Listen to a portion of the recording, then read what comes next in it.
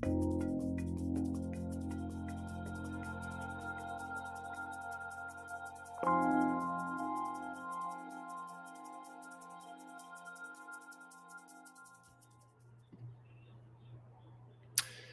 to today's live event. I'm with Chef Jacquy Pfeiffer, broadcasting from France Live. And today is the fourth of a four series we are doing on desserts and treats and favors and all things special for the fall. So Chef Jacquy has been using some of the courses, recipes, and techniques to develop new combinations of recipes throughout the last few months. And here we are in December. The last we met was in November.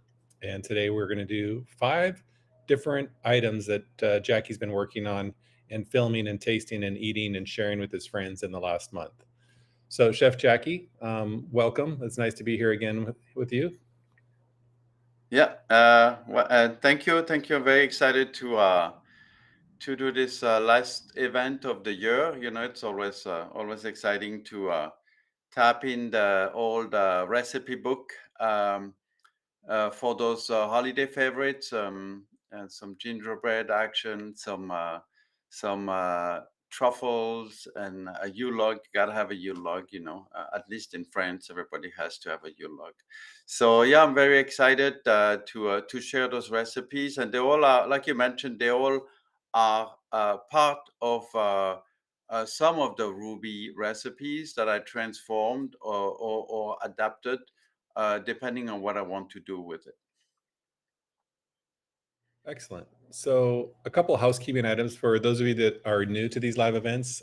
We've done over 800 with Rouxbe over the years. They're all archived under the new featured ones.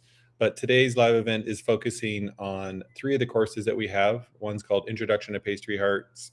The other is Bread Baking Arts, and then Cake Baking and Decorating Arts. And these are all developed in partnership with Chef Jacquy and Sebastian with the French Pastry School. And the techniques that are focusing on are coming from those courses. So we'll talk about that as we go on. The links to those courses are under the profiles of Chef Jacquy and myself. And then today's recipes, there's a link there for today's recipes that have been written in the last couple of weeks by Chef Jacquy. Of course, they're accurate, perfectly tested by grams. So those are the things that you'll need for today's class. And if you have any questions, there is a box on the right where you can enter a question. And after we go through these 5 or 6 recipes, we'll address the questions and answer anything you like. Also, keep in mind while you're on this call, we're developing live events for next year. And what we're going to want is people's topics and techniques and things that they have issues with or want to know more about. So we're kind of developing another series on students' needs. So keep that in mind for questions you might add. With that, we have a few recipes today. The first one is gingerbread. Then we're going to go into hazelnut truffles, shortbread cookies with chocolate, and savory kugelhopfs. Am I saying that right, Chef? No, Okay, that's well, let okay. me keep going then. And then finally, the Yule Yeah. log. I know I was going to butcher Yes. that one. Yes. So let's talk about It's all right. how do you say kugelhopfs? How do you say kugelhopfs? Kugelhof. Okay, without the S. Right. It's like All right, so the Hasselhoff, first but one, not really. You know. oh, Hasselhoff. That's a good memory. Yeah. Yeah. Gingerbread You see. cookies. So you shared this recipe with me a couple weeks ago, and I tried it at home. Very different than what you might think as a gingerbread cookie. These are not the gingerbread men. It's not a firm cookie. It's kind of a soft cookie, um, kind of detailed with different types of flour. I think you're using spelt flour in yours. I use some whole wheat flour, some almond flour, and they're Mm. actually pipeable dough. And I'm going to let you dive into this and tell us about it since this is your recipe, Chef. Yeah. This is an offshoot of the gingerbread cake we have in the bread course. Uh, it's a cookie that actually you can make very quickly.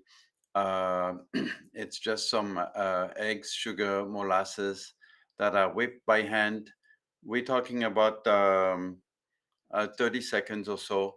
And then after that, you add the flour, almond powder, and like you mentioned, Chef Scott, you can play with the flours. You can use rye flour, spelt flour, whole wheat flour, and also the nut powder can be changed around. And then after that, the spices, it's all up to you. Everybody has different views on spices. For me, I don't like mace. I don't like uh, nutmeg is all right, but cannot be too strong, too much. Otherwise, it's overpowering, and then you just have this lingering taste in your mouth. And so it, as you mentioned, it's a pipeable cookie. And once it's piped on the cookie sheet, you can top it with nuts, dried fruit, candied fruit. I mean, the sky's the limit. But what I like about it, it's that it's very easy to make. It's very quick to make, and because we always during the holidays we always think we have more time than we do, but we don't. And so this cookie can be made actually 2 weeks before the holidays, and it actually gets better in time if you keep it in a cookie sheet, a cookie tin, sorry, or a plastic box. It actually gets softer, and this is due to the sugar and the molasses and the honey that are all hygroscopic, which means it absorbs and retains the moisture in the air. So the longer you keep this cookie in the tin, the moisture it gets. So in a nutshell, that's the first recipe. I think we have a video, Chef Scott. Yeah, let's check that out, Patrick.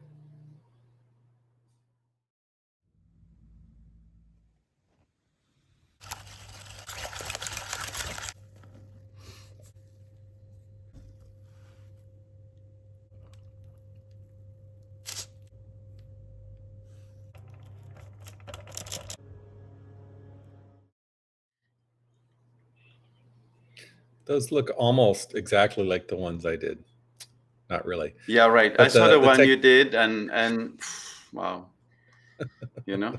the technique is unique. That you're kind of whisking the sugar or the liquid sugar and the eggs, and then adding the dry goods and just folding it together. Very different than your classic cookie where you're beating butter and sugar, and then eggs and then flour. So that was interesting. I've Yeah, never made anything like and it.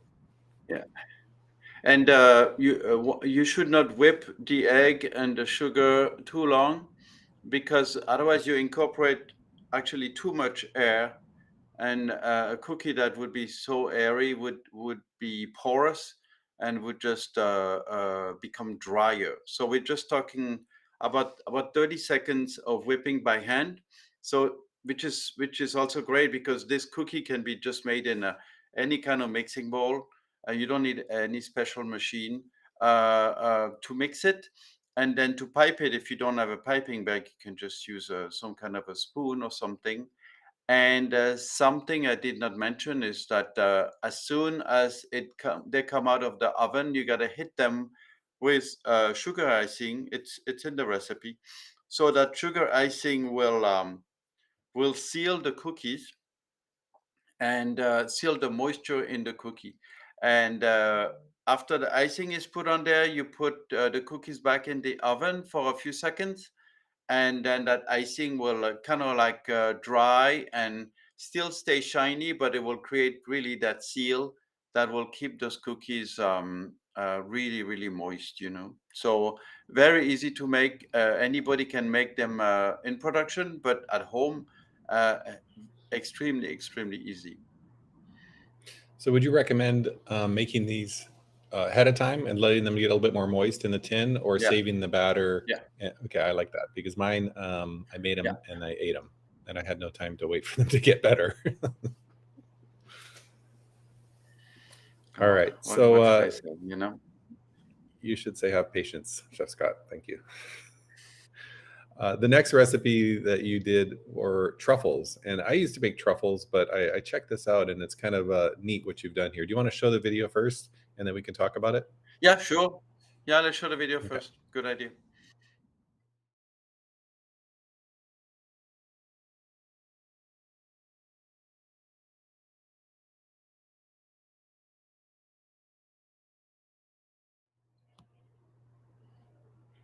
Awesome. Tell us a little bit about those hazelnut truffles. So those truffles are called, we call them usually in production, we call them Swiss Rocher. So you take a nut butter that is usually sweetened or not, depends. Um, and you have to add 40% of 35 to 40% of chocolate to compared to the weight of the nut butter. Um, I say between 35 and 40% is because it depends how much cocoa butter you will have in the chocolate that you're using. So if it's a chocolate that is not doesn't have that much cocoa butter, you just put 40%. And you need that amount of chocolate to add it to the the nut butter because this is what's gonna help that nut butter to eventually solidify just enough to for those blobs. That's very technical, you know. Chef Scott, a blob, you know. Um, the blobs that I piped, they eventually get slightly harder once you pop them in the refrigerator, and then it just hard enough to be rolled, and then after that you just roll them into chopped nuts that were previously mixed with a little sugar and then caramelized in the oven. You just let them sit in the oven.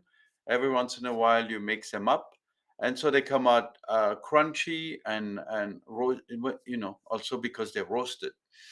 And so, as I mentioned, you roll those truffles into the tempered chocolate. It's in the recipe, and then roll them in the nuts of your choice. And then after that, you let it harden. It goes very fast. And then a little confectioner sugar, and then and those truffles keep forever because it's just nut butter and chocolate. So there's no dairy product. So they won't spoil quickly. You just have to keep them in a cool place because eventually that nut butter will get rancid, you know. But really, you know, if you make those for the holidays, they won't have time to get rancid, especially if you make them because you just make things and you eat them right away. You don't wait, right? For some reason, you just mentioned. Well, because your recipes are But so you know, selective. stop it. But any kind of nut butter, so you can let your imagination go wild. You can make a pistachio. You can take a pistachio nut butter and top it with pistachios, Hmm. roasted pistachios, and one can make. Or you can make your own nut butter if you want. You just need to roast the nuts slowly in the oven, like right under 300 Fahrenheit, you know. So Hmm. they take forever to roast, but you'll chase out all the water in those nuts. And then after that, let them cool, and then you blend them into a food processor. If you want to add sugar, you add sugar to this mix, you know, and the way you do that is you caramelize the nuts first. Hmm. In a pan, and then and so there you would not bake them in the oven. It's a different technique, but at the end the nuts have to be cooked somehow, whether it's through the heat of the caramel or in the oven. Okay, then after that it's easy.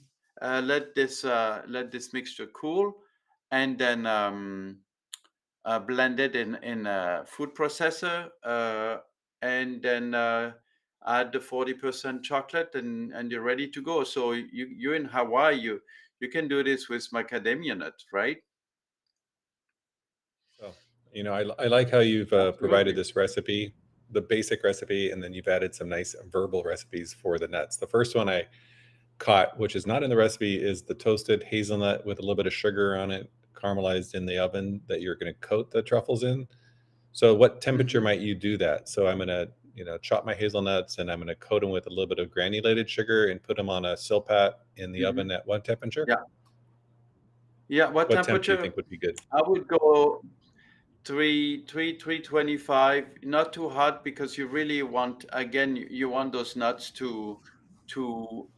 bake slowly, so they become super Mhm. crunchy because all the water will be gone, and you uh, another way to do this is instead of adding sugar, you can add a little bit of simple syrup to Mhm.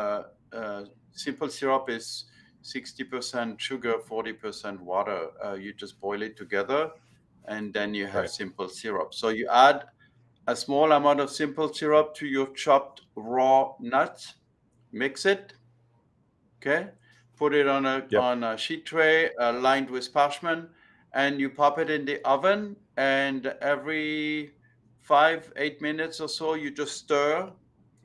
Eventually, it will completely separate, and then it will be nice and crunchy. Nice. So the other question Yeah, I had is this is kind of what I used to do when I was running restaurants. Is I would make my truffle batter, whatever you want to call it, my truffle mixture of chocolate and nut butter ahead of time and put it in a little container and refrigerate it. And then when I was ready, I took a yeah, melon baller, dipped in hot water, and hmm scooped out the balls and then kind of formed yeah, it. Is that something that you could do ahead of time and kind of yeah. leave it in the fridge and make 5 or 10 Sure, truffles at a time for sure. guests when they come in? Absolutely, absolutely. Okay, Absolutely, melon excellent. baller or a small scooper, works really well too.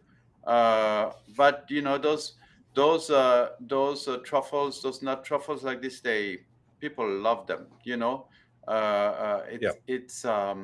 It's just the flavor of the nut. It's very simple, actually, extremely simple, but it's still to this day one of my favorite because of the crunchy aspect. The chocolate comes with it, which is always nice, Mhm. and then the moist, creamy center. So it's a great combination for such a small truffle. Great. So the recipes are in the link. Today's recipes. This is Yeah, on the second yeah, page that we've been reviewing. So yeah. let's move on to the shortbread cookies. I've had these in France years ago, and I love the way that you've made it with this tool that you found. We talked a little bit about last time. Yeah. What is this tool called? Before I butcher the name. Oh, it's in production baking, we call this a dough sheeter, right? Is to roll dough to make it thinner. But this is not just to roll dough. This is to emboss dough with design. So this is from the east side of France, where I'm from. It's also called the Promised Land, if you want to know, Chef Scott. Um, I do. and and uh, uh, what you do, you need to use a shortbread cookie that is actually not uh, that doesn't contain too much butter, Mhm. because after you roll the cookies, if it contains too much butter during the baking, the designs will just melt away. Okay, so there is a Okay. trick. There's always a trick, right? So the trick is you roll out the cookie with any kind of rolling pin that has design. I mean, there's even Mhm. great rolling pins nowadays for that are used for cake decorating with all kinds of embossed designs. Are really, really cool. So it could be made out of plastic. They could be made out of wood.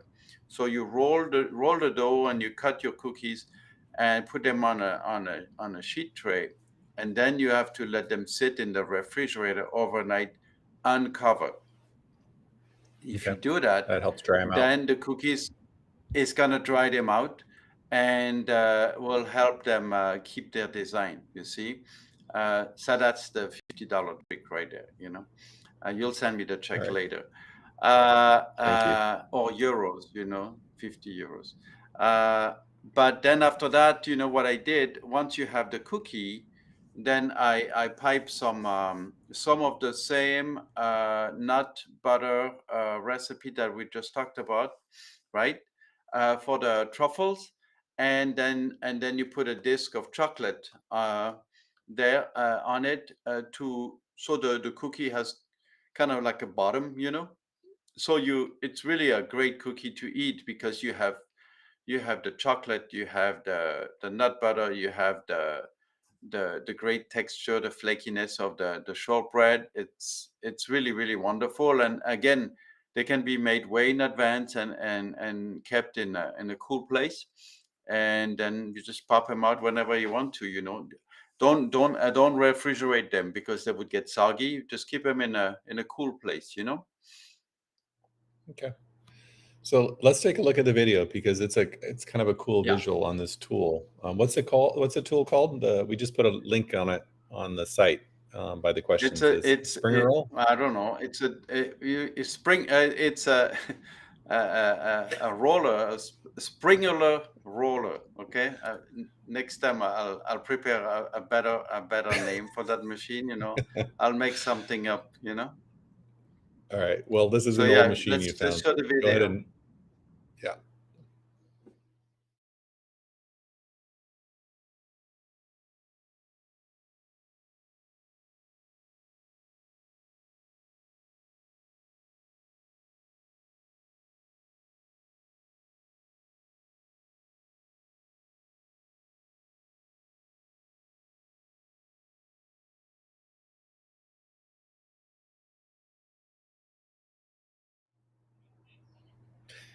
Yeah, that looks pretty cool. A little bit of work involved, and obviously getting a rolling pin with the right embossing on it. I have a question Yeah, on how to yeah. make that perfectly rectangular shape of your cookie of the chocolate. That's the trick. I'm not sure how to do that. The chocolate, the rectangles of chocolate. Yeah, so you're putting a cookie Yeah. glued together with your nut butter chocolate on that piece of chocolate. Is that Mhm. just, cooling chocolate and then somehow cutting it in perfect shapes? Yes. So what you do, you obviously you measure the size of the discs, the rectangular discs that you need, right? And you take a sheet of parchment paper, and on the edge of the parchment paper, you mark with a pen. You mark the areas where you are going to cut straight lines this way and then that way, right? Because on the parchment paper or the plastic sheet, whatever you're going to use to pour your chocolate on, once chocolate is on it, you don't see any lines anymore. So you put the lines on the very edge of the paper or the plastic, right? And then spread your chocolate, wait for the chocolate to set just enough so you can put a ruler on it, and then just with a knife you just score it each way. And right after you score it, you put another sheet of paper on it and you flip it over, because otherwise the chocolate will curve up, and then it won't make a nice flat base for your cookies. Okay, so well, that's not in the recipe, but that is an interesting technique that you mentioned, making the marks on the outside so you can actually figure out where to cut them. Yeah, But yeah. yeah, those seem to be something keeping in a cool place. They probably won't last very long. I've had something like that years ago, and they were addicting. Yeah, they go fast. They go fast. So let's move on to the next recipe you created. This is Yes. a savory dish. Tell us a little about it and how to pronounce this word again. Is it Hasselhoff? It's Kugelhoff? Kugelhof. Yeah, for you, you can just say Hasselhoff since you cannot say Kugelhof. But remember the last event, one of the student challenged me to do a Kugelhof, which is it's kind of like a brioche from back home. It has less butter and less eggs than a regular brioche. So you could call it a postman brioche, but it's particular because it's baked in usually in a clay mold. We call it redware mold, uh, and you need to butter those molds, and then usually the Kugelhof is sweet, and it's a sweet yeast dough, and it has raisins in the dough, and then almonds, on the bottom of the mold, and then once you flip it over, the almonds are going to be on top. But I thought it would be interesting to make a savory version of this yeast dough. So what I did, I cut the sugar in the recipe by half, yeah, and I made my dough. And then once the dough is made, then you let it rise, and while it's rising, you cook the inclusions that you want. I mean, the sky's the limit. I did one with salmon and chard, and another one I did bacon and onions, and but you can put whatever you want in there as long as it's pre-cooked, okay? Because you cannot put raw products in there; they would never cook actually during the baking, you know. And so that's what makes it fun. You can make one dough and then just make, I don't know, 3 4 different flavors of fillings, yeah. And Yeah. as you're going to see in the video, we're going to put the filling in the dough and then roll it, and so it's trapped in there, and all the flavors will be trapped and will be released actually inside the dough. So it's a very nice savory dish, and those things can also be made in advance and then served room temperature, or some people like to serve it a little bit warm. um, Hmm. really delicious, and it's not a heavy brioche because, again, as I mentioned, it's doesn't contain that much butter and not that much eggs, you know, so it's kind of like on the lighter side of a brioche. All right. Well, let's take a look at the video to get a visual of these molds that you're talking about. Okay. Yeah.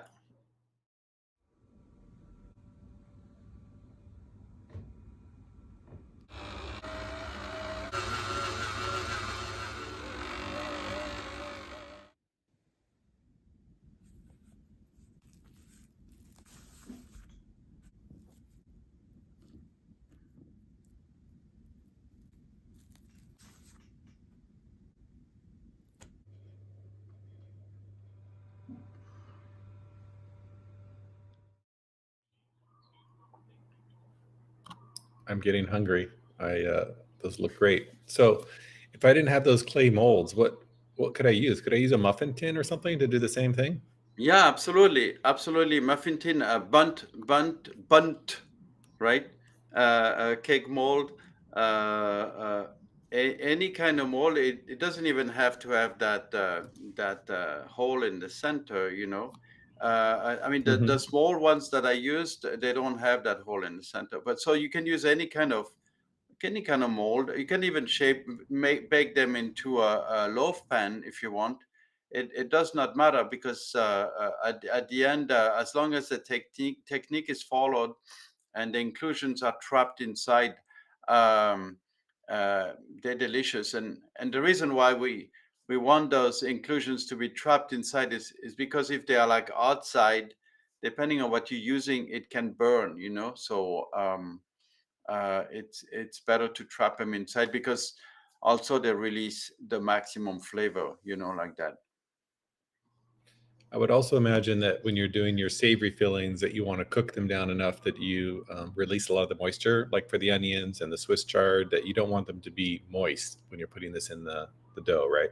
Absolutely, absolutely. If you put something that is too that contains too much water, what it would do while during the baking, that water will create steam and create a hole in your Kugelhof or Hasselhoff for you, and that's not very pretty. So yeah, when you pan fry your items, just set them aside and let them air dry. You know, so let that water go away because anyway, once they are rolled inside dough, the dough is very moist itself, so it will bring back moisture, you know, from the dough, but at least it's not the moisture coming from the inclusion.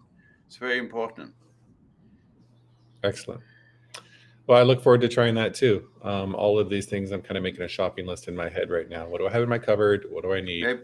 So, yeah. I'm going to try I'll it in send my you a muffin kugel of tin. mold. Okay. Oh, good. I'll take you up on that. All right. All right.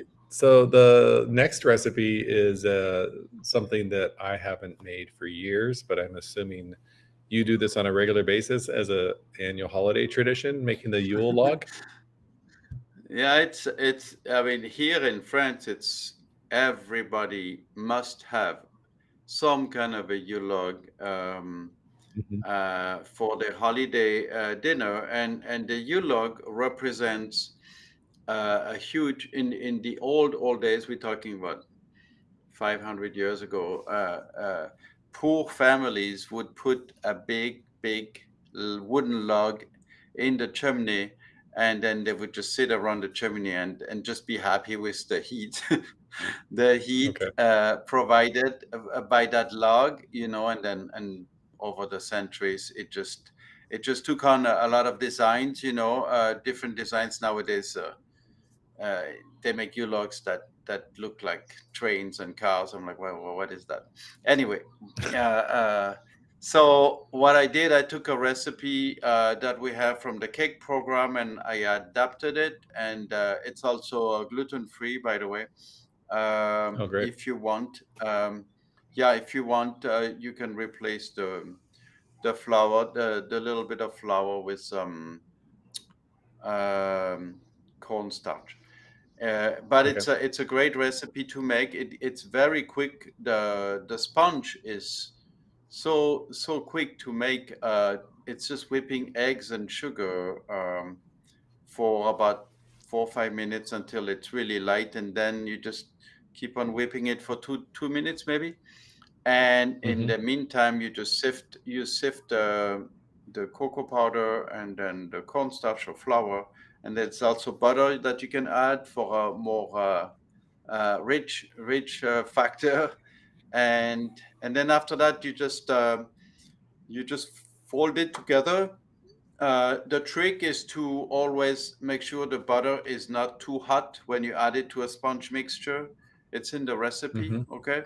There's a temperature you need to follow, and uh, and you never add the butter straight into the sponge mixture. What you do, you take the butter that you let cool, and you add a little bit of sponge mixture. You mix it, yeah, and then you Yeah. add that to the sponge mixer. So Okay. you So kind of you're like, pretty much yeah. tempering the butter. You're tempering the butter into the Yes, dough, so you don't yes, all. Yeah, that's yes, yes, interesting. I've yes, never done that. yes. If if you put the butter straight in your thing in your sponge, the butter is heavy compared to the super light sponge. It will hit right. It will go right to the bottom of the bowl, Hmm. and then you're gonna work really hard to try to incorporate it, and that will make you put too many folds in your sponge, and then the sponge will kind of like lose its air, you know. So the Hmm. trick is really to temper the butter with a little bit of sponge mixture, and then after that it goes in very nicely. And those sponges, they when they spread on a sheet tray, they're very thin. So if you have a very Hmm. thin sponge, you gotta bake it in a hot oven and quickly, because otherwise you dry Hmm. it out. And for a Yule log, you're gonna want to roll that dough to make a Yule You log, need it to right? be moist. So it gotta be moist. So you gotta bake it very quick. And then when it comes out, make sure you it doesn't get you don't let it dry out. I remember when I lived in Chicago, we had 10-15% humidity in the winter. Okay, you in Hawaii, you don't have that problem. Nothing dries out, right? Right. Right. Unless you have the air on like crazy, But I remember in Chicago, the sponges, as soon as they come out, they would come out of the oven. We'll let them cool a little bit right away, cover them with plastic wrap, and then in the fridge to protect them, because otherwise they would just shatter, you know. So Yeah, that trick, once that last once you, sentence huh? there, yeah, that whole trick about covering it with plastic wrap and refrigerating it I have some stories around Yule logs and mass production, and the key was to cool it just enough so the plastic wrap wouldn't melt, to put it on the sheet pan and put it in the refrigerator so that you're capturing Oh that yeah. Oh yeah. steam Yeah. that's Yeah. cooling within there, so you keep it Hmm. moist. Yeah. Yes, yes, yes. And some refrigerator, every refrigerator is different, but some refrigerators are extremely humid, okay? And a trick is if you actually over bake your sponge, or let's say you did not bake it in an oven hot enough, so you bake it maybe 12 minutes, which is too long, and it comes out and it's dry, okay? So the trick is to put plastic wrap on it. No, actually for this one, no plastic wrap. You put it like this straight in the refrigerator and you let it sit there overnight. And the next day it will be moist again because of the humidity in the fridge. But that all depends on what type of fridge you have, you know. Um, Yeah. so going back to the recipe, I filled this Yule log with a coulis, a red berry, a coulis, just cooked sugar, cooked berries with sugar and a little bit of gelatin, just enough to hold it Hmm. together. And then I made a cream that is called a diplomat, which is pastry cream mixed with whipped cream. Okay, Hmm. and uh, and that's always still to this day one of my favorite cream slash mousse, because it's just very very creamy and it's not so light. For me, mousses that are so light they just bore me because I don't have enough bite, you know. Hmm. So here we have the chocolate sponge, which is very rich and very chocolatey, and then you have the really fresh berry zing, and then you have the creamy factor of the diplomat cream that is flavored with vanilla, but you can flavor it with whatever you want, you know. The sky's the limit. You can just put the flavor in your milk. You can infuse it, lemon zest, coffee bean, tea, whatever, spices. The sky's the limit to make a different diplomat cream if you want. You want to show the Okay. Well, video or yeah. Let's take what do you a want to let's do? take a look at the video. Okay.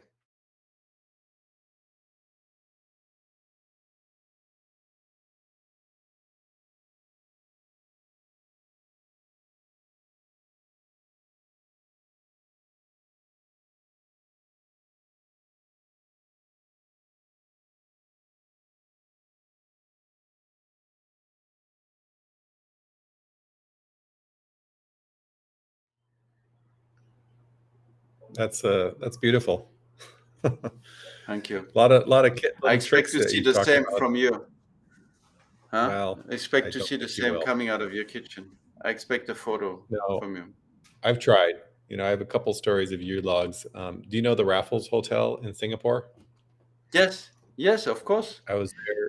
I was there years ago for doing an event with the Culinary Institute of America, and we had come in just right after Christmas and meeting the chefs and talking to them. They had made over 1,500 Yule logs because they're so Mm-hmm. popular to come, and sell them Yeah. there. And they were very similar to that in terms of the, the chocolate on the outside, making the chocolate sheets and then cooling them on rolling Mm-hmm. pins and then breaking them up into little pieces. But the production there was amazing. So I will try it, Yeah. but and I'll share a picture, and I'll probably share your picture to say this is what I did. So that is 5 recipes that you've put together with key components from some of our courses. The recipes are all here listed, 100% of them. Thanks for Yes. providing those, Chef, for this And this. and I made them Program. all in my little oven here in France, so they should work because if they work in this home oven here, they'll work in anybody's oven. Obviously, there's always a few degrees to play with depending Mhm. on how nice or crazy your oven is, but those recipes should be ready to go, you know. And I'm glad we did this event early enough in December. I mean, we actually planned it That was my idea. So people can actually, they don't actually have the time to make those recipes in advance, right?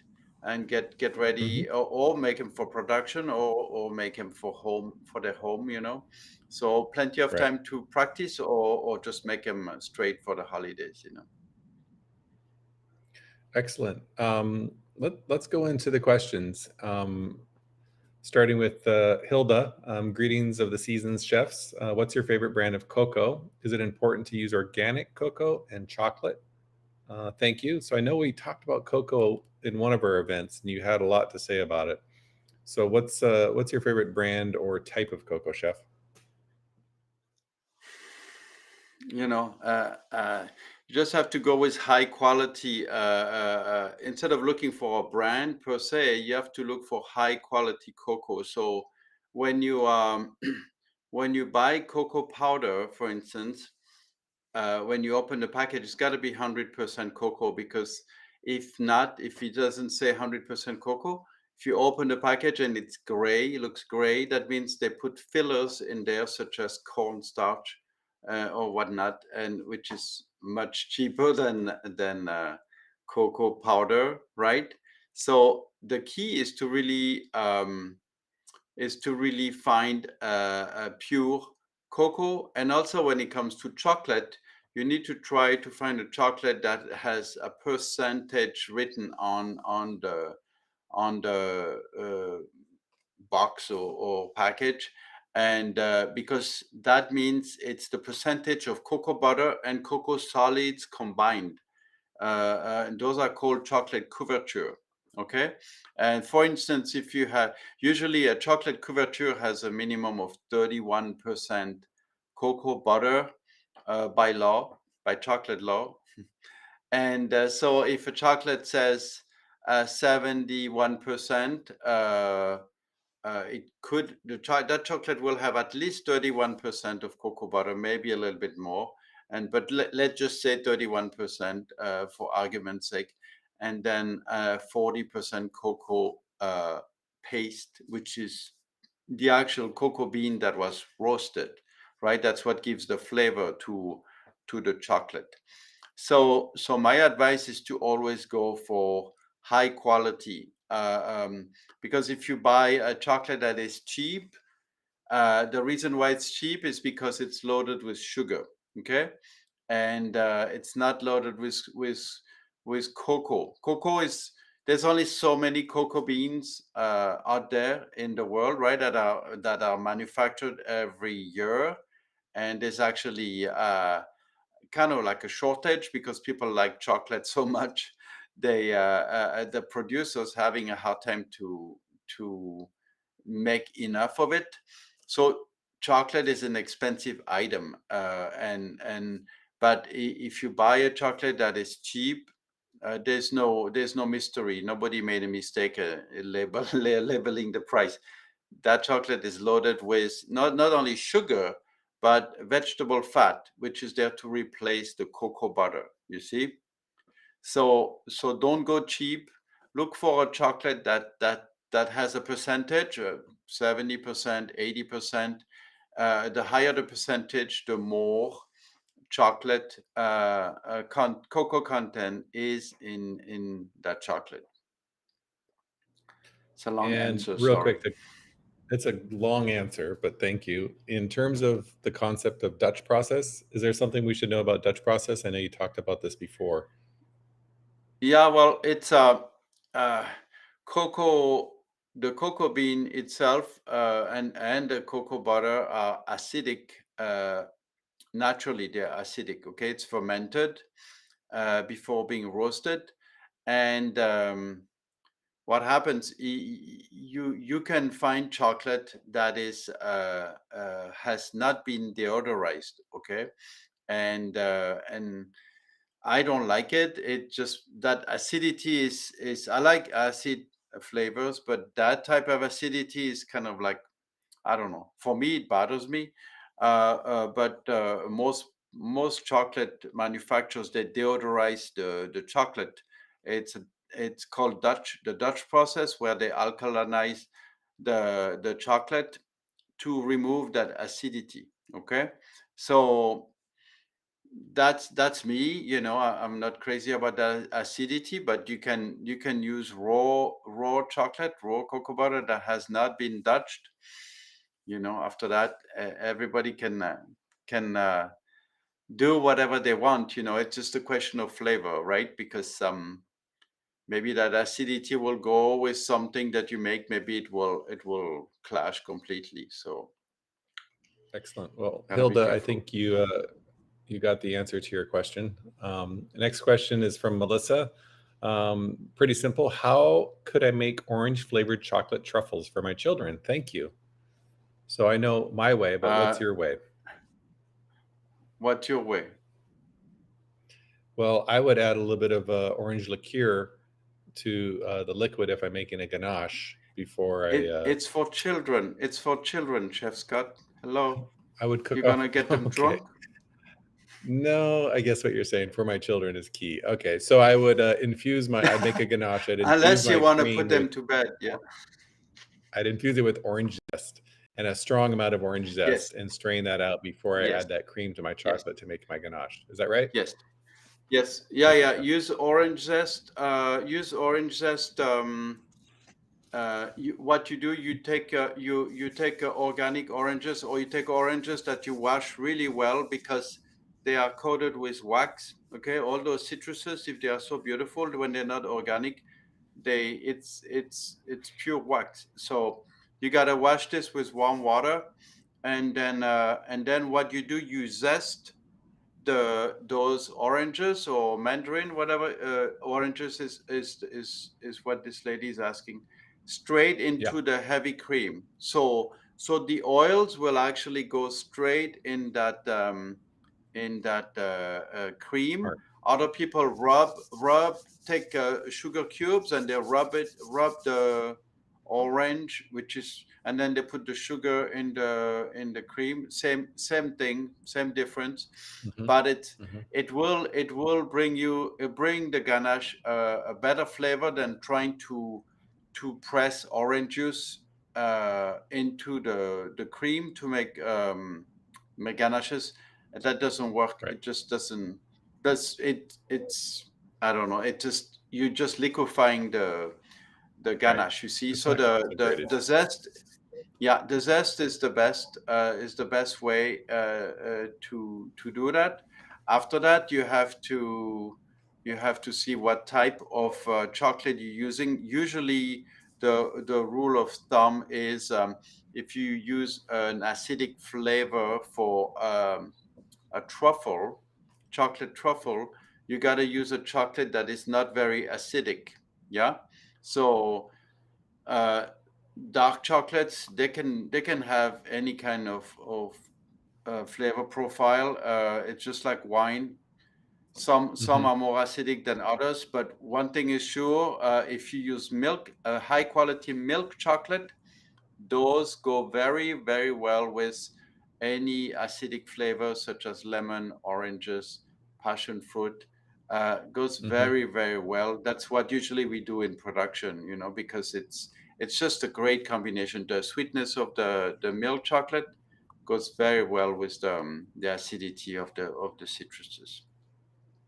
Great. So, Melissa, using milk chocolate and orange zest and zesting right over the cream on when you're making a ganache, not using specifically the nut butter chocolate recipe, but typical ganaches will be used when you're making Yes, truffles. All yes. right. Next is from Aldo. How's it going, Aldo? Chef Jackie and Chef Scott, I just wanted to wish you all a happy holiday season. Thanks for all the delicious recipes, Chef Jackie. Happy Aldo's been holidays. in our Feliz courses Navidad. and Hmm. he's done a lot, I think most of our courses. So thank you, Aldo. Yes, Um, yes, yes. Next question is from Wanda. You mentioned something when you were talking about your truffles earlier, the nut butter chocolate truffle. It's a Swiss something. What was that? Swiss Rocher, Rocher. Okay. It's Rocher. Rocher in French is a rock. It's just how they call them. But if you Google Swiss Rochers, you will see those are those truffles that we made. Okay. So here I have a question from somebody we know. As a pastry chef, how do you feel about all the new pastries making use of the croissant method in other items like the cronut or the croffle or other newfangled desserts? What's your professional opinion, chef? You know, uh, creativity is great if at the end of the day the product tastes good, right? So if the product tastes good, we don't care about how it was made. If it's like a mix of this and a mix of that, so creating those things is a wonderful thing. Creativity is great, but creating something different just to to create something new and to be able to say I created that. But if the end product doesn't taste good, then it's all for nothing. So let's keep it simple. If it tastes great, fantastic. If it's a mix of croissant and I don't know, lemon pound cake or God knows what you're gonna do. If it tastes great, it tastes great. When I work on a recipe, I always bring it to people around me, and I say nothing. I just give them the product, and I just pretend to not listen or to see what they're doing, how they're reacting, right? I just look the other way, but I'm actually looking, and it's very very simple. If people like the product, they will say so. They will make facial expressions, but also they will go for a second piece, right? That's the key. If you go back for a second piece, then it's good, right?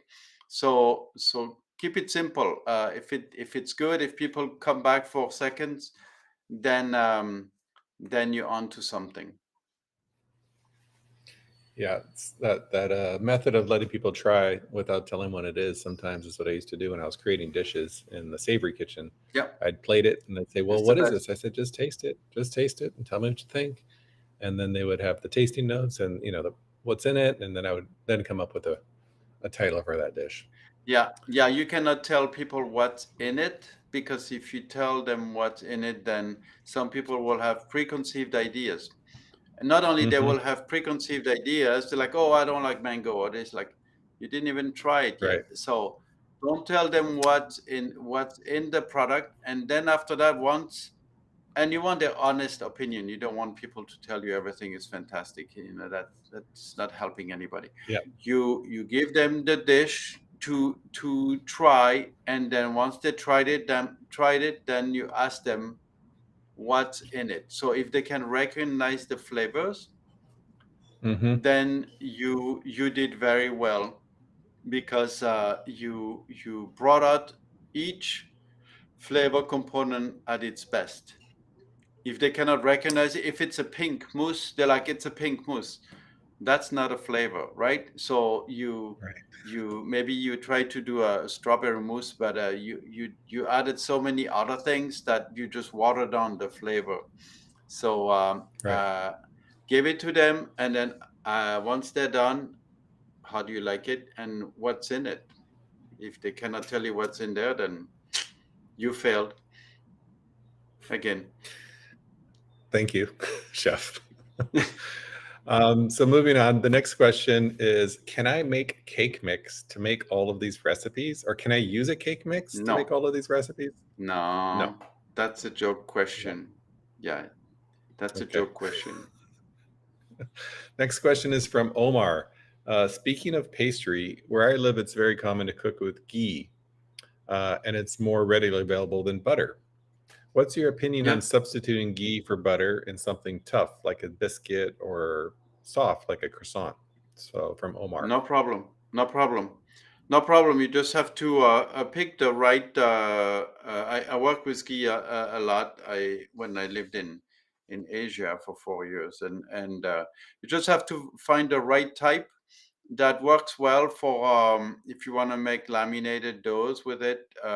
It's gotta be a ghee that lets you manipulate it, lets you roll it out, right? You don't want a ghee that is just like just falling apart. And also during the baking, is it going to act like butter, right? So the short answer is yes, absolutely. You can use it in place of butter.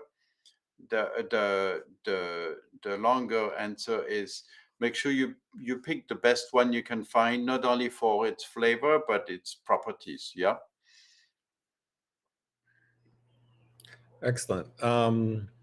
Last question is from Mary. How far in advance do you believe you could make the Yule log? That's a good question. You can make it today and then freeze it. You know, it's absolutely not a problem. It's nothing bad is going to happen unless you have a lobster sitting next to the Yule log in the freezer, right? That's what you do, Chef Scott. I know. I've seen your freezer. Actually, do you Unfortunately, know what? do you know Chef Robert Joran from the Culinary Institute of America, Yes. Napa Valley? Uh-huh. Yeah. I Yeah. used to work there for years with him, and I remember specifically him making Yule logs weeks prior and putting them on a rolling rack, hundreds of them on a rolling rack, and putting a cover on it and put it in the freezer. And I was like, this is like a month before we're going to use them. He goes, they're perfect. They're perfect. So a month Uh-huh. might be my Uh-huh. answer. Yeah. Yeah, yeah, but no, well, usually my rule of thumb is don't keep anything longer than 1 month in the freezer, because why would it be sitting Right. that long in the freezer? It's like Yeah. because after a while, especially home freezers, you get that smell Yeah. that just won't go away, and then and so you can make let's just say you can make this Yule log 1 week before Yep. Christmas. I agree. And what you want to do is to just you just freeze the sponge cake rolled with the filling, and you keep it in the parchment paper, and you put this in the freezer, and because it's nice, it's not sticky or anything, it's just trapped in the parchment paper, right? Right Hmm. after that shot where you see I rolled it with all the filling inside, that's when you stick this in the freezer. And then when you want to finish it off, then you make a little bit more diplomat, and then you just pipe it and then decorate it, so the filling on the outside is nice and creamy. Hmm. And but again, the short answer is you can do it 1 week before easily. Yep. I like that answer. And Hmm. the last comment we have here is from Wanda. I love the banter between you two. Great entertainment. Thank you for this session. Well, Wanda, we've been working together for I think a couple of years now, Too long. remotely. We met for the yeah, too Too long. long. Thank you. Too long. We met together for the first time in Chicago this last May in person after we had developed 3 online courses that hundreds of students have gone through. And Chef Jacquy now is in France and he's grading these assignments from our courses from France. So these Yeah. assignments Yeah. include image uploads of the work that you've done, broken down with descriptions. So when you do get these courses, you do have an ability to have Chef Jacquy grade your work in this world. Yep. So thank you very much for attending this event. We will be putting some new dates together for the new year. We will be reaching out to you for your thoughts and opinions for what you might like to see in our classes. And looking forward to the next event, Chef Jacquy. Thank you. Excellent. Thank you. Happy holidays to all. You too.